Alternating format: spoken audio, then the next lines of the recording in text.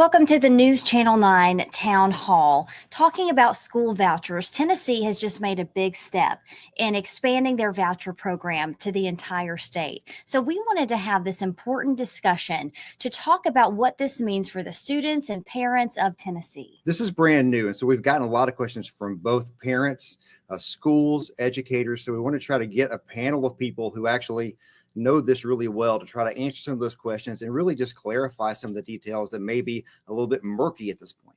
That's right. We're calling this our town hall, your voice, your future school choice. And if you live in Tennessee, if you live around Tennessee, you've heard a lot of this discussion already. But we wanted to bring in some of the people that were a part of that discussion as it went through the state House and Senate, and also somebody who works with public education every day to talk about how this could affect students. So, Josh, if you want to kind of go through all the people we have with us, and we will bring them into the discussion. Absolutely. Let's start with State Senator Adam Lowe. He's a District 1, Bradley County, Meigs County, McMinn County, Ray County. He's a college professor when he's not doing all of that. So good to have you here, Senator. Thanks for being here. My pleasure. Thank you. All right. We got Kevin Raper, State Rep, District 24 out of Bradley County, retired educator as well. Glad to have him with us here today as well. Thank you, and I'm very honored to be a part of it. And if you need me in the future, I'll be glad to be a part of those. We appreciate that. We also have Justin Owen, the president and CEO of the Beacon Center, here to shed some light on some kind of deep dive research topics on this. Thank you for having me. Yes, sir. We got J.C. Bowman, Executive Director, Professional Educators of Tennessee, also Marine Corps veteran. Semper Fi, sir. Semper Fi. Thank you for having me, guys. Yeah. So let's just start this off by kind of going around the horn here. We've got some state lawmakers and some folks who aren't to kind of get some perspective of who supports this, who doesn't, why, some background on that. Let's start with you, Senator Lowe. I believe you voted for this. Explain why you voted for this legislation. I did support the legislation. I actually ran as a school choice candidate when first elected to the Senate. As an academic, I have researched in that space for some time, written in the space. And as Tennessee started crafting their plan, anyone who followed the timeline knows that we started out in chambers in very, very different places. And the governor issued this general sentiment that he wanted to pass something related to school choice. Now, I'm one of those that says school choice encompasses a lot of things. It encompasses vouchers, it encompasses robust public education, charter school initiatives, homeschooling. I'm a big picture ed guy. And as we progressed into the special session, we really had an opportunity to learn from the mistakes of other states, to really focus in on a couple of key principles. Number one being, how do we let parents navigate the nuances of their child's educational journey? Can we create opportunities for that? Can we eliminate certain barriers around those opportunities, including wealth and geography? So as we began to ask those questions, the final crafting of the bill was something that I felt was a step in the right direction. I felt Tennessee's plan and learning from other states had the potential to lead in a lot of respects. And fundamentally, it goes back to two premises that I carry. One, I believe parents are the chief educator in a child's life. And most parents are responsible and capable of navigating those nuanced journeys. And two, I don't expect public education to be the solution for everything, even though we often dump a lot of stress on them. So that was my reason for supporting the legislation. Thank you for that. Let's go to Representative Raper here. Obviously, the subject and topic of school choice can be broad. We're talking about a specific piece of legislation that affects Tennessee and how it's written. Explain to us why you voted against it there. Real easy explanation. First of all, and I'm not disputing anything that Adam got because he represents our area. But he had talked about a majority of the citizens that contacted him being on board, and I respect that completely. I don't doubt him in the least. But mine was totally different. I mean, after talks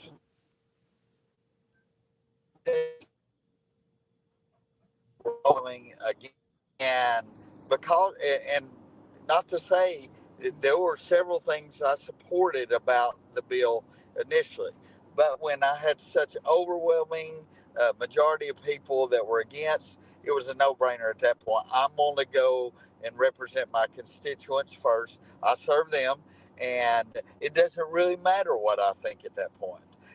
I'm there to serve them, even if it's totally against what I think. And this wasn't totally against what I think. I had viewpoints on both sides of the coin there. So, Thank you, sir, for that. Let's go to Justin Owen. So the Beacon Center, just to clarify, a bit of a think tank. You work with policy, those kind of ideas. Tell us what your perspective is, I guess broadly, but also specifically on this bill. Well, like Senator Lowe said, we believe at a fundamental level that parents are in the best decision to choose the education for their child. And that's going to include, for the vast majority of families, it's going to include public schools. We have consistently increased funding for public schools in our state, but that's just not the best environment for every family. We've talked to families that have 4 kids and they're all 4 in different environments because one learns well in their public school. Another needs to be homeschooled where it's a smaller hands-on one-on-one environment. Others do better in a charter school that's maybe tailored towards a special interest that they have in science or technology or in the arts or music. And then others even still want to go to a private school that follows their religious beliefs or focuses on something that they care more about. And so ultimately, we believe that parents should be in the driver's seat. And this is really the wave of the future. This is what's happening all across the country. We're the 13th state to pass universal school choice. This is nothing new.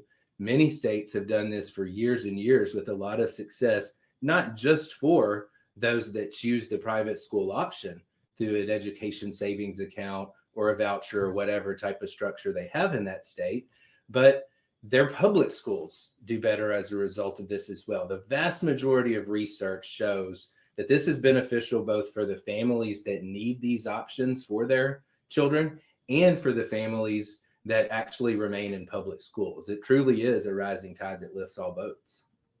All right, J.C. Bowman, if you could share your thoughts real quick here as well about what you've just heard and also your thoughts on kind of the whole process as well. Well, I think number one, we all are in agreement on one thing. We do believe in choice. Everybody believes in some level of school choice. It is just where you get off the bus at on this or off the train. When it came to universal vouchers, I mean, we supported magnet schools, we support homeschool, we support charter schools, we supported every kind. We even supported vouchers in many instances where, for example, for low income and for other incidences where kids could do it. But universal vouchers are dollars that are going to kids who have never been in public school. And with that, we had some questions on that. And starting in 25, 26, there'll be no income level on that. So dollars will go to private schools with no income level. So I think there has to be some restraints on there. We thought there was a lack of accountability in that. I think some other legislators have shared some and went ahead and voted for that. But I do think over time, you're going to see more accountability come into this system. And I think at the end of the day, I tell people we fought hard. Justin will tell you, we were there. We fought. We did a good battle. We're not suing in the state. I want to go on record and say we're not litigating this issue. We understand. We'll go work and make the best we can for all children in the state. We still think 90% of kids are in public school, and that's our focus. Most of our members are public school teachers.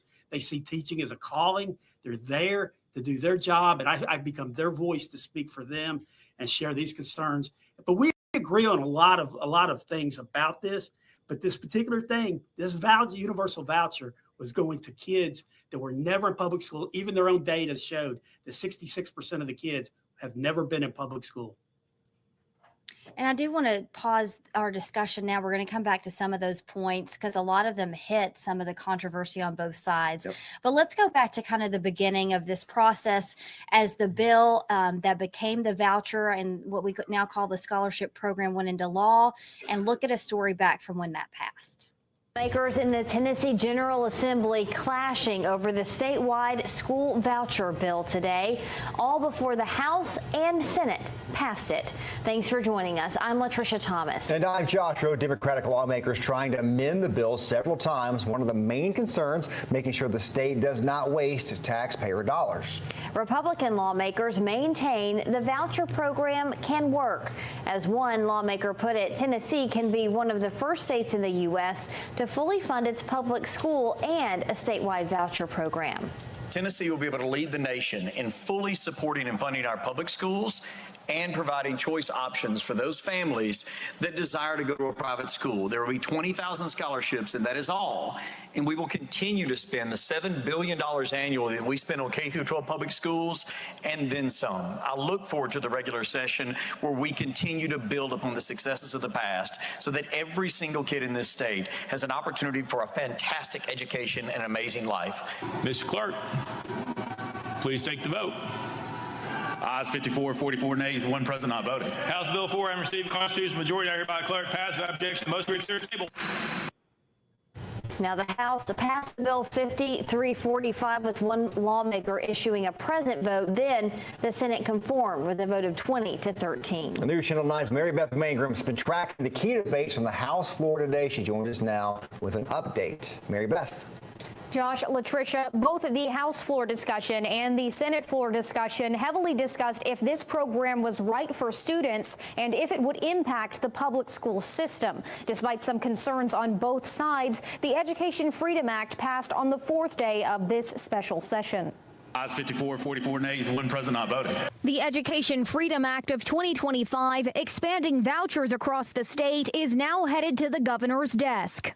For the House, Democratic representatives submitted several amendments. What this amendment does is calls for an annual audit of the private schools. But none passed. The only amendment to the bill is one added on Tuesday. Relative to the teacher bonuses, the $2,000 one-time bonus that we're proposing for our 86,000 teachers across the state, it would clarify that those bonuses would be payable contingent upon LEA participation. This amendment did continue to draw scrutiny from the other side of the aisle. Our teachers make $3,523 a month. That is immoral. But the change was defended by the bill sponsor. We are asking the local school boards to pass a resolution that they will take $2,000, $198 million from the general fund at the state level, and they will pass that directly through as $2,000. No processing costs, no, diminishment at all. It's a $2,000 bonus that goes straight to our teachers. And held plans of more money to come.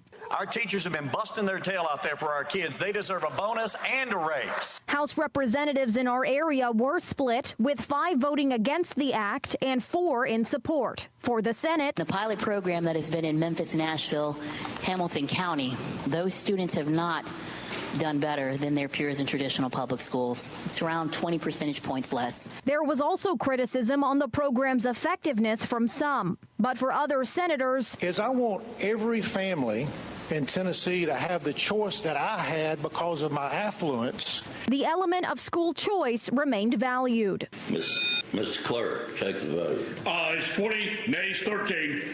House Bill 6004 having received a constitutional majority, I declare it passed.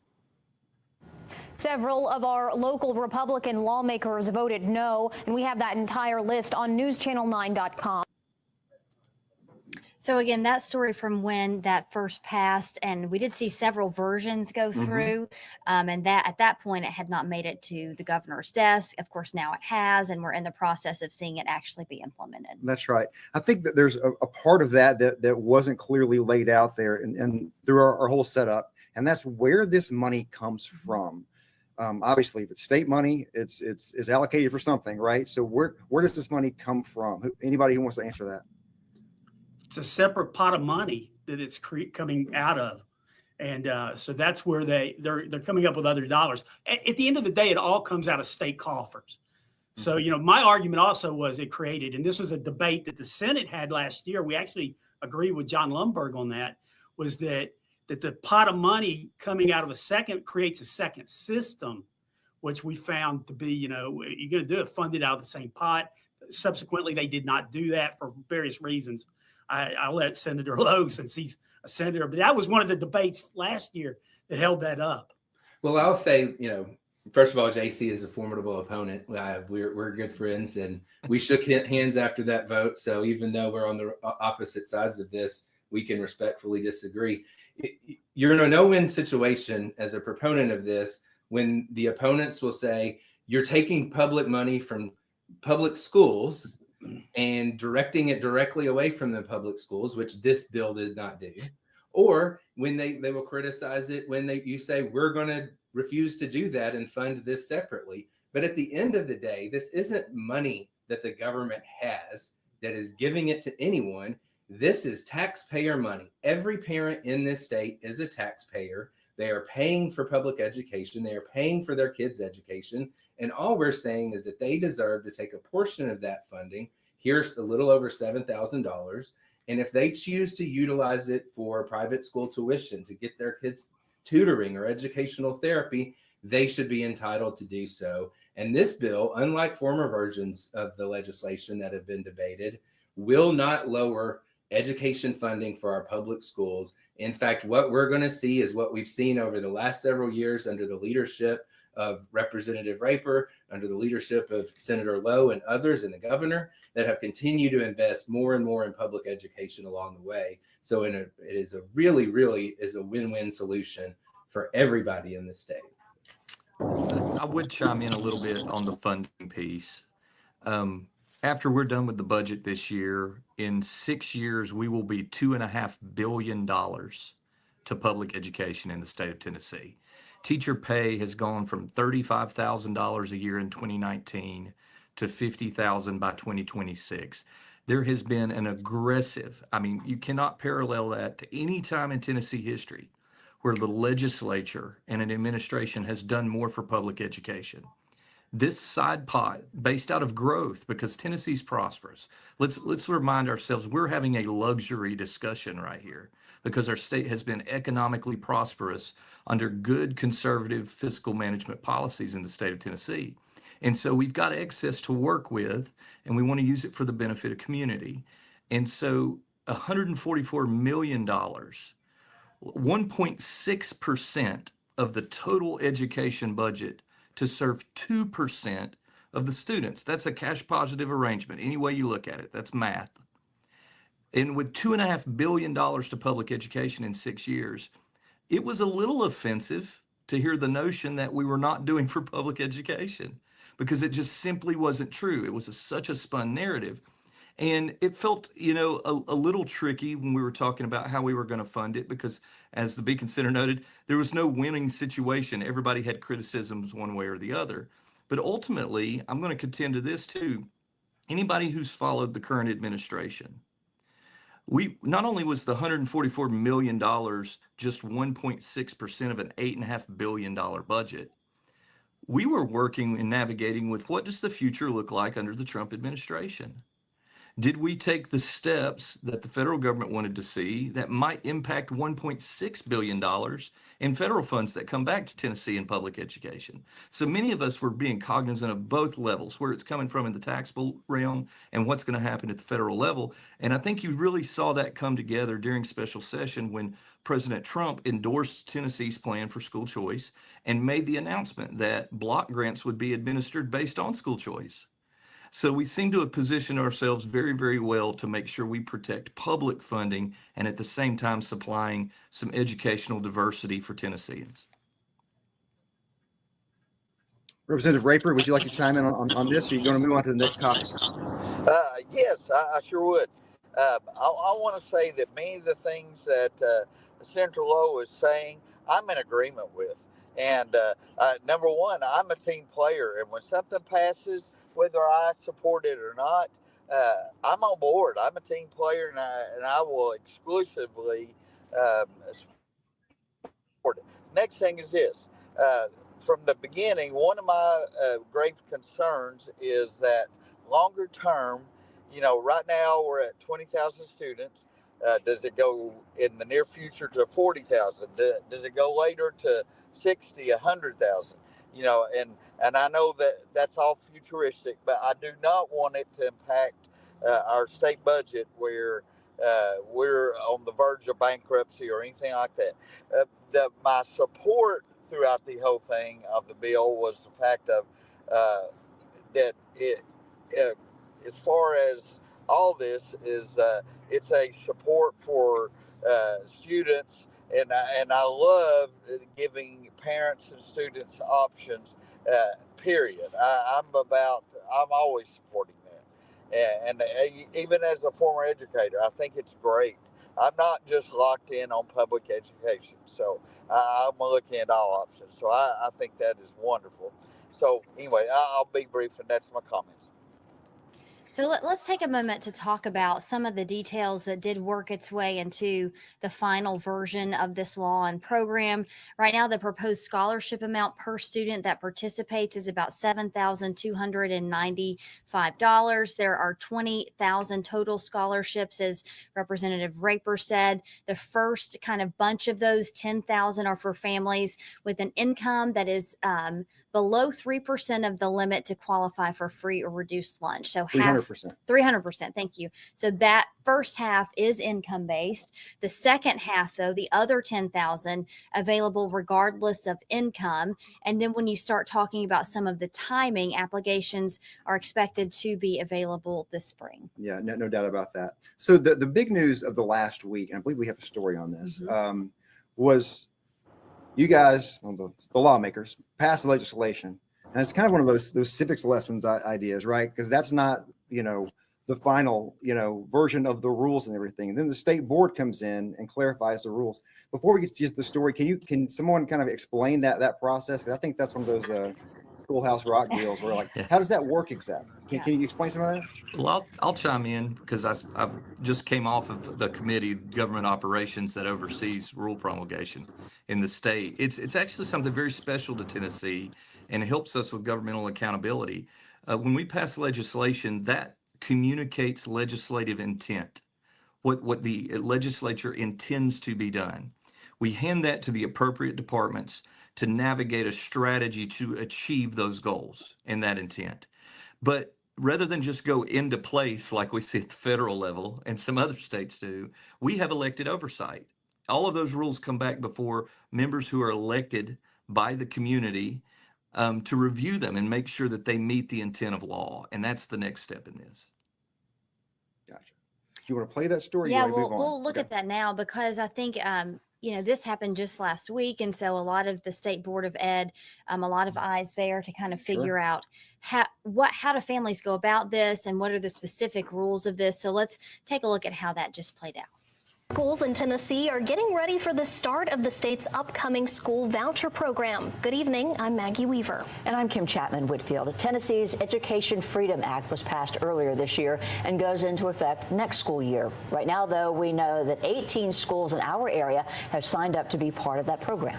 In Hamilton County, those include Chattanooga Christian School, the Montessori School, and Brainerd Baptist School, among others. There are also 3 schools in McMinn County and Faith Haven Christian Academy in Bradley County. Today, News Channel 9's Meg Doyle talked to participating schools as well as opponents of this program.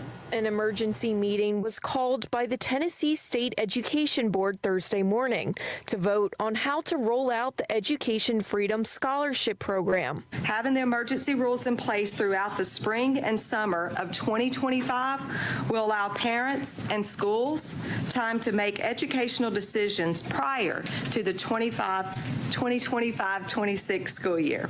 However, the rush to start the program and lack of opportunity for public comment is causing concern for some representatives. I just think when you rush through major programs like this that are going to cost Tennessee taxpayers over $1 billion a year in the coming years, I think the public deserves to have a say. Chairman Clemens says by the time the formal rulemaking process comes around, the train will have already left the station. Public input will be allowed under the law, but it'll be limited, and then they obviously don't intend to rely upon or give any good faith effort to comply with public opinion or input on this deal. Belvoir Christian Academy is one Hamilton County private school that is participating in the EFS program. The principal, David Topp, says he thinks this will open up more doors for families. It's just more of an opportunity for people to have a choice to get the best fit for their student, for their education. So once they leave the education system, they can be successful in. Beacon Academy is another Hamilton County school taking part. This is not to increase the students in our school. God's going to send the students to our school, whether they have ESA funding, EFS funding, vouchers, whatever. This is for families to have those opportunities. Britt says they are already expecting 30 new students for the next school year, with at least half potentially being voucher students. What we also understand is that current students attending our school could apply for those vouchers as well, so they don't have to previously have been in public school. In Chattanooga, Meg Doyle, News Channel 9.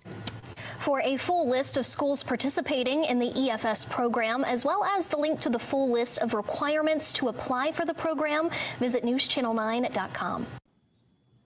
So again, that was just spoken about recently when they started talking about how to implement this and what this is actually going to look like for families. We'll bring all of our guests back on now so we can discuss what we saw. Sure. I think one part of that is the private schools who have not opted in yet still have time to opt in. But there are some people who seem to explain this as a loss for public schools and a win for private schools. But clearly we're seeing a lot of private schools haven't opted in at this point. So clearly not all those private schools feel like it's a big win for them. Can you guys speak to that as far as if you live in Chattanooga, obviously the bigger private schools, Baylor, McCallie, GPS, those schools are not participating. Any thoughts on that? Well, that's the great thing about this program is that it's completely voluntary for both the public, the students, the parents who want to choose whether or not to participate, and the schools. We've got a really healthy number of schools. There are a little over 300 schools that are eligible under this. You essentially have to be an accredited private school in order to qualify for the program.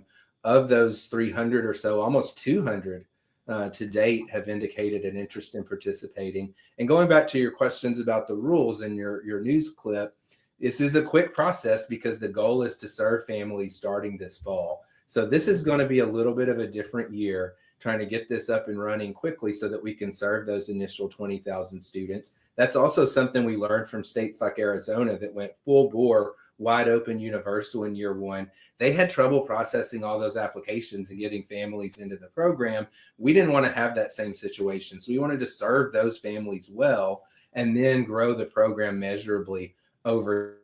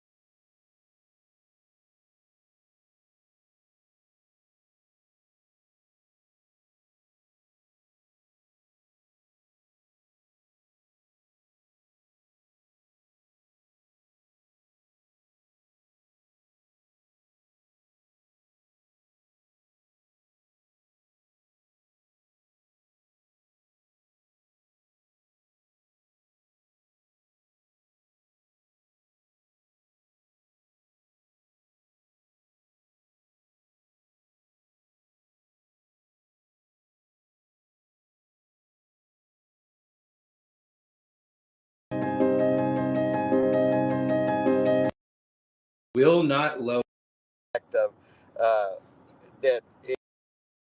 Lessons ideas, right? Because that's not, the final, version of the rules and everything. And then the state board comes in and clarifies the rules. Before we families. Meeting was called by the Tennessee. Don't intend to. Is another Hamilton County school taking part. This is not to increase the students in our school. God's going to send the students to our school, whether they have ESA funding, EFS funding, vouchers, whatever. This is for families to have those opportunities. Britt says they are already expecting 30 new students for the next school year, with at least half potentially being voucher students. What we also understand is that current students attending our school could apply for those vouchers as well. So they don't have to previously have been in public school. In Chattanooga, Meg Doyle, News Channel 9. For a full list of schools participating in the EFS program, as well as the link to the full list of requirements to apply for the program, visit newschannel9.com. So again, that was just spoken about recently when they started talking about how to implement this and what this is actually going to look like for families. We'll bring all of our guests back on now so we can discuss what we saw. Sure. I think one part of that is the private schools who have not opted in yet still have time to opt in. But there are some people who seem to explain this as a loss for public schools and a win for private schools. But clearly we're seeing a lot of private schools haven't opted in at this point. So clearly not all those private schools feel like it's a big win for them. Can you guys speak to that as far as if you live in Chattanooga, obviously the bigger private schools, Baylor, McCallie, GPS, those schools are not participating. Any thoughts on that? Well, that's the great thing about this program is that it's completely voluntary for both the public, the students, the parents who want to choose whether or not to participate, and the schools. We've got a really healthy number of schools. There are a little over 300 schools that are eligible under this. You essentially have to be an accredited private school in order to qualify for the program.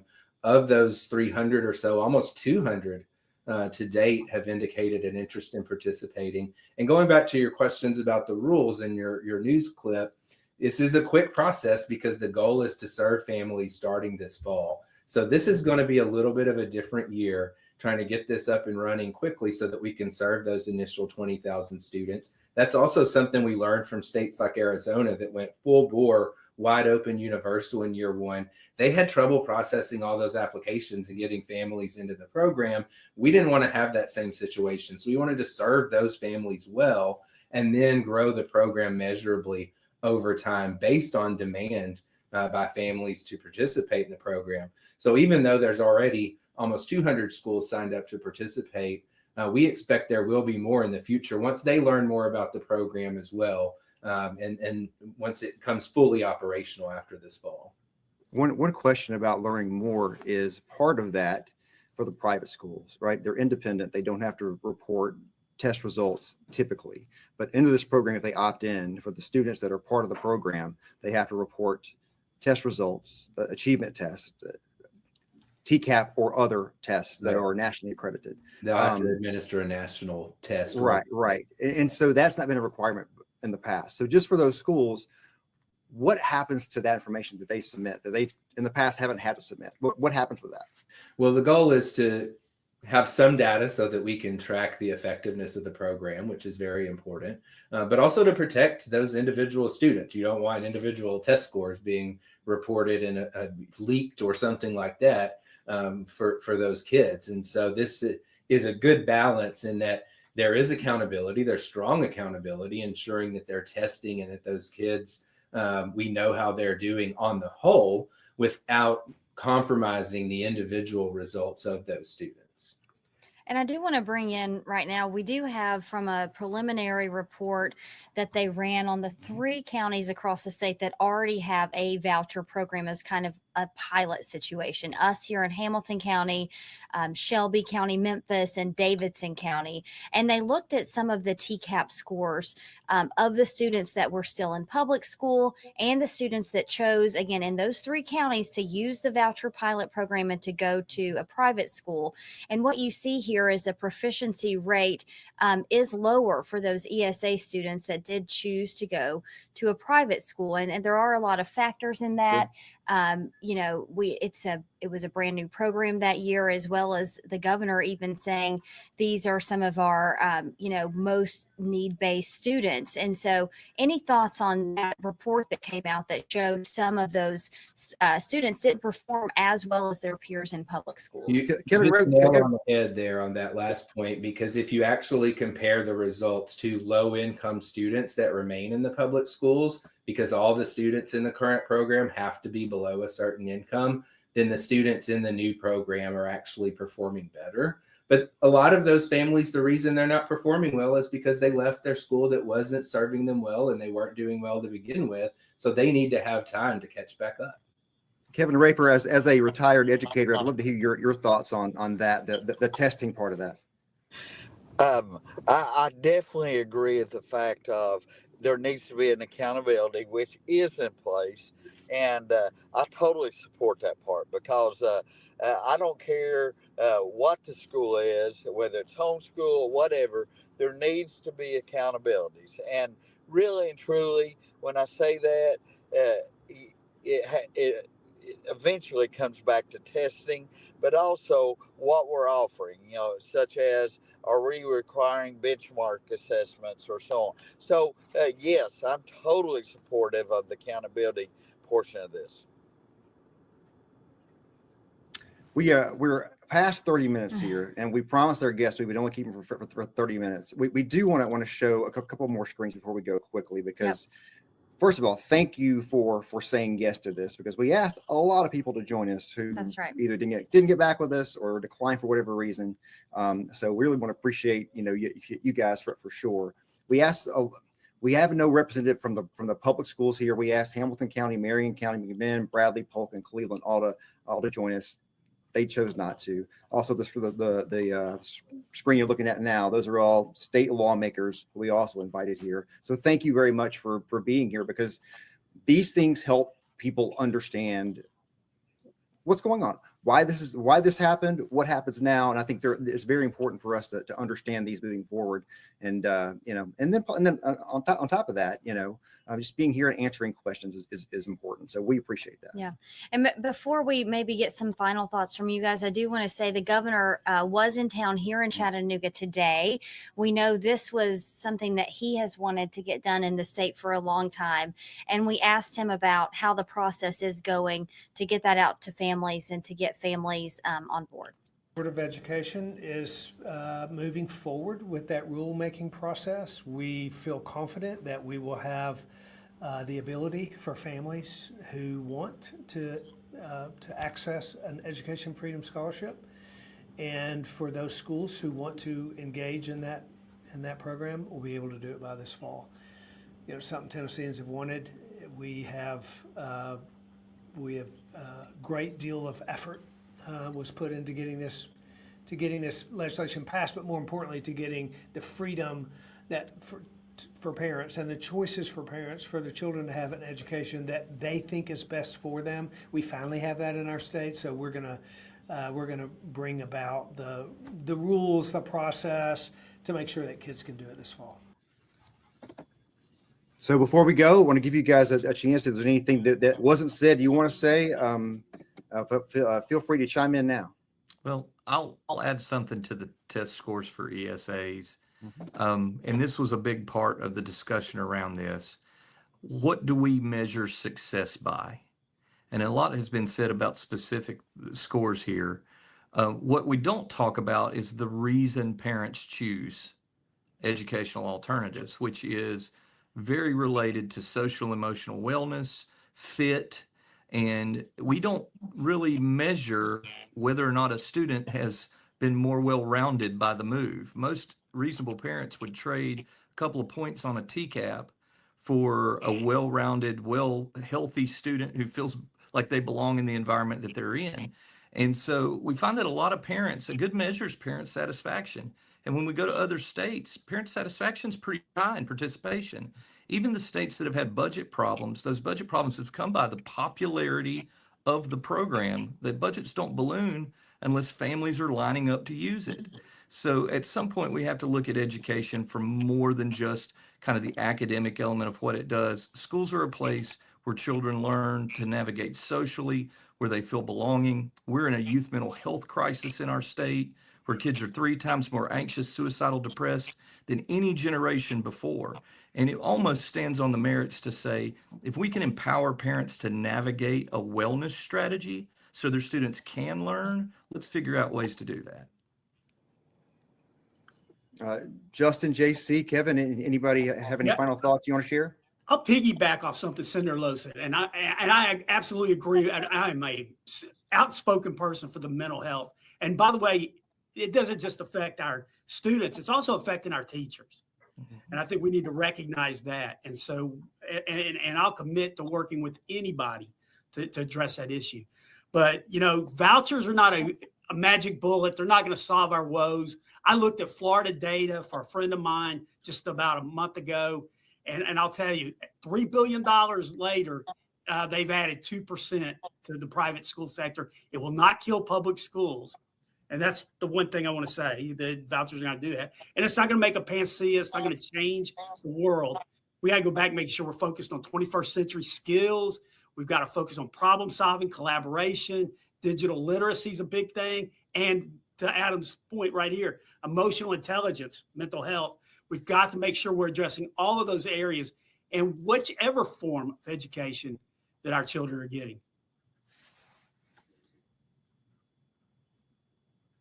Justin, I think we get you muted there. Sorry about that. We can never stop prioritizing education. The future generations are going to lead America, and we've got to make sure that they're in the best place to do so. And we owe it to them to give them the best education they deserve.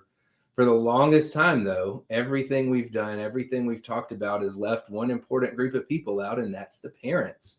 And this is a huge step towards putting parents back in the driver's seat when it comes to their kids' education. And I really look forward to seeing what happens as a result. State Rep Raper there, do you have any final thoughts? Yes, just one or two. First of all, I love the aspect of the bill of school choice. I think that's wonderful.